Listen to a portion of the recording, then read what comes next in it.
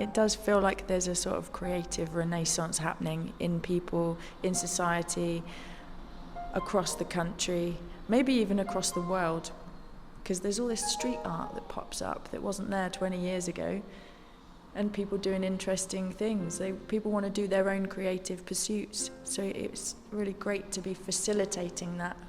That's who I feel we are at the moment. Rather than individual artists, we're the facilitators for artists. And maybe when it's rolling and we've got more time, we can do more of our own individual art pursuits. But oh, how do we begin? I come from Spain, from an agricultural village. My parents have always been farmers, so is my grandparents, and it goes further and further back. So all my life I've been dealing with tools and trying to make things ourselves in a farming environment. And then I studied electric and mechanical maintenance in factories, and I did work in that field for a while in Spain, but then soon I got bored of it and I decided to come to the UK, learn a bit of English. And firstly I started working in a farm to gain the language and utilize my knowledge from childhood. And soon after I decided to become self-employed. I've been self-employed now for 8 years or so. And then this project came up. Obviously I'm still doing my carpentry, but the aim is to shift it into more artistic woodwork, if you like, creating interesting things rather than all the usual furniture and carpentry. I grew up in West London with my mum and my grandmother, and she was always painting the house. So I think that had a big influence on me, liking spaces to look just right and beautiful. There's a bit of a different decor style to what I like, but it was my nan that was always doing it. And so I think that led on to me wanting to do that. And I went to college to do art and design, and I enjoyed painting and drawing, and that's something I know I can do.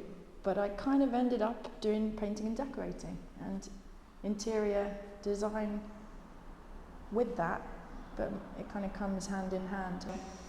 I felt like when I finished college, I stopped, and there was something freeing about doing painting. I could work for myself, I could work with colour, I could avoid all of the officey hierarchical systems that usually come with traditional jobs. It would never have suited me, that sort of thing.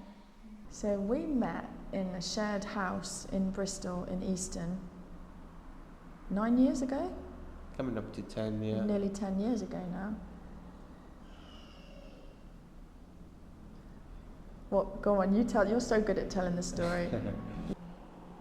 I had been living in the UK for a year or so, and then some friends from Spain were coming for a short period of time, so I found a house for them to live in, a room in a shared house, and it was a lovely environment. When they went back to Spain, I decided to take one of the rooms in that house, and I walked in and there was this lady there playing guitar. She hardly said hello to me, and just like, oh, and okay. And then over the weeks when I moved in, we started sharing meals, went out together to the pub and to see things around. We became good friends really quickly, didn't we? Yeah. Became good friends, and in the end we got together. We were going out having fun. We had more disposable income than we've ever had since, because back then rents were cheap, and we were sharing a room. That quickly happened, didn't it? We were sharing a room. And but I was there obsessing about wanting to buy a house, and the prices of houses were going through the roof really quickly, so I was just like stressed. So we decided to go to India. We decided to cycle to Spain and then go to India, and it was like, we'll deal with it when we get back. But of course, when we got back, it was all a lot worse. It was the maps. We were in a hotel and we were looking at the OS maps of the Peak District and of the Wye Valley, and it was just an epiphany came. It was like, this map is brown, this one is green. What are we doing? So we were like, let's move to Chepstow. Took a few swings and loops and hoops to get there, but we got here. We rented, didn't we, for a bit? And then eventually we bought our house in Garden City, had a couple of kids, and now we've got the art space.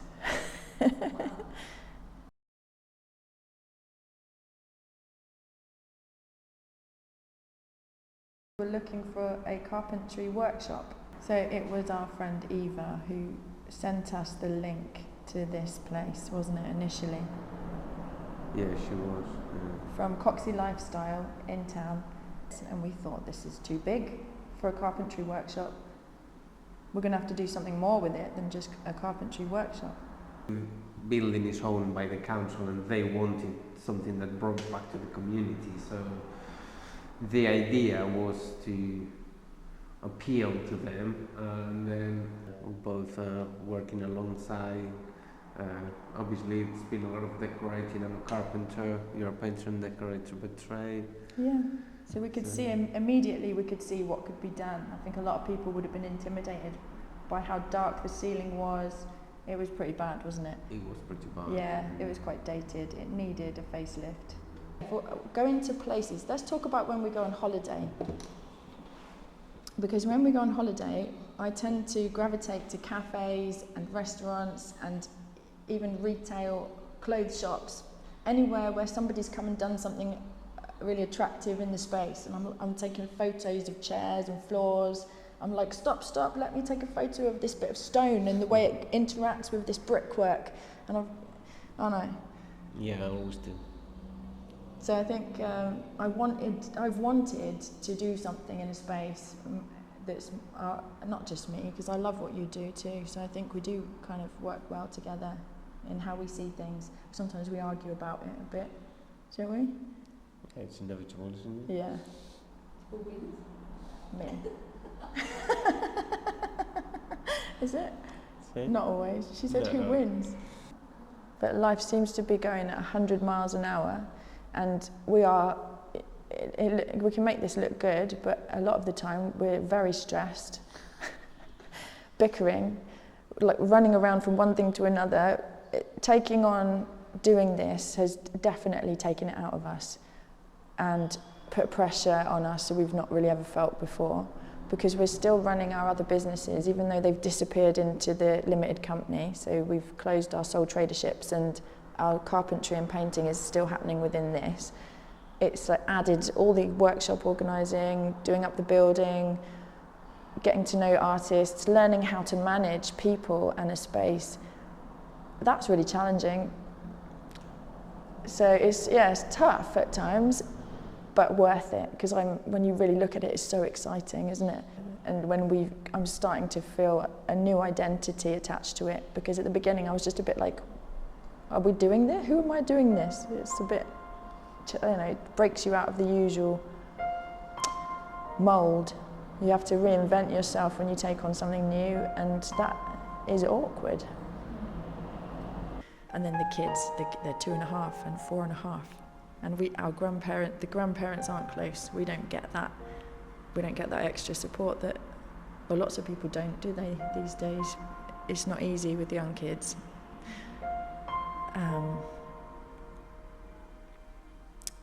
But it's all worth it. There's some sort of excitement that's driving it. And when I'm too tired, Julio carries on. And there are times where I've got something that you're not dealing with.